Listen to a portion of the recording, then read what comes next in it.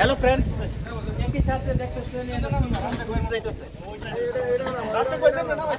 একই বিমানে একই দিনে একই কোম্পানির লোক 3 জন ছুটি যেতে, এর সাথে বড় কোনো আনন্দ হইতে পারে? এ হলো আমার আব্দুল ভাই যাইতেছে, কালাম ভাই আরেকজন, এখানে 2 জন আছে বিবাহিত। না, তুমি বিয়ে করছো না? কালাম ভাই তো আগে বিয়ে করছে, বাচ্চা কাচ্চা আছে। আরেকজন যাইতেছে নতুন বিয়ে শাদী করবো। আমার কালাম ভাই বিয়ে করে নাই। কালাম ভাই বিয়ে করছে না? বাচ্চা এলো ঠিক আছে। কালাম ভাই যাইতেছে সুখবর একটা নিয়ে আসে, ঠিক আছে? আর আব্দুল ভাই